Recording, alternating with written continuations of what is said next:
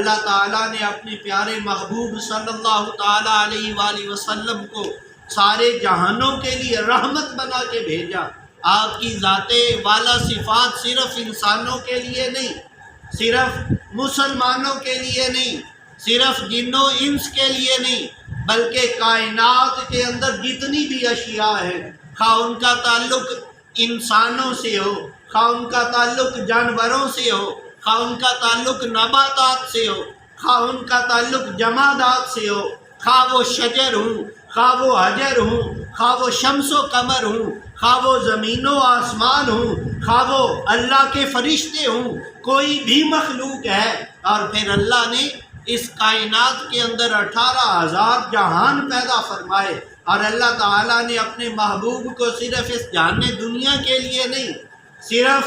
اس آخرت کے لیے نہیں، صرف عالم برزخ کے لیے نہیں، بلکہ اللہ تعالیٰ نے جو سارے کے سارے 18,000 جہان پیدا فرمائے ہیں، ان تمام جہانوں کے لیے اپنے محبوب کو رحمت بنا کے بھیجا ہے۔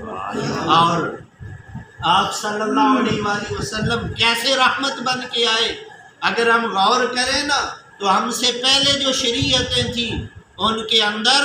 اگر کسی کا کپڑا ناپاک ہو جاتا، اس پہ نجاست لگ جاتی، تو کسی شریعت میں حکم یہ تھا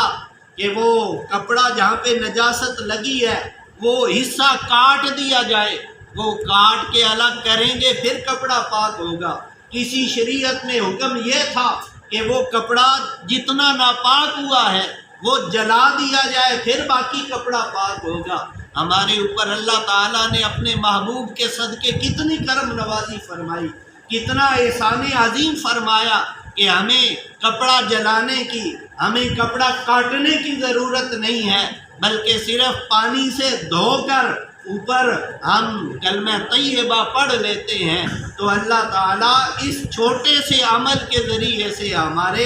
کپڑے کو پاکیزہ فرما دیتا ہے۔ پھر حضور کی رحمت کی ایک نشانی یہ بھی ہے کہ آپ سے پہلی شریعتوں کے اندر اگر کسی نے بھی اللہ کی عبادت کرنی ہوتی، کوئی بھی اللہ کی بندگی کرنا چاہتا، تو جب تک وہ اپنی عبادت گاہ کے اندر نہیں جاتا تھا، جب تک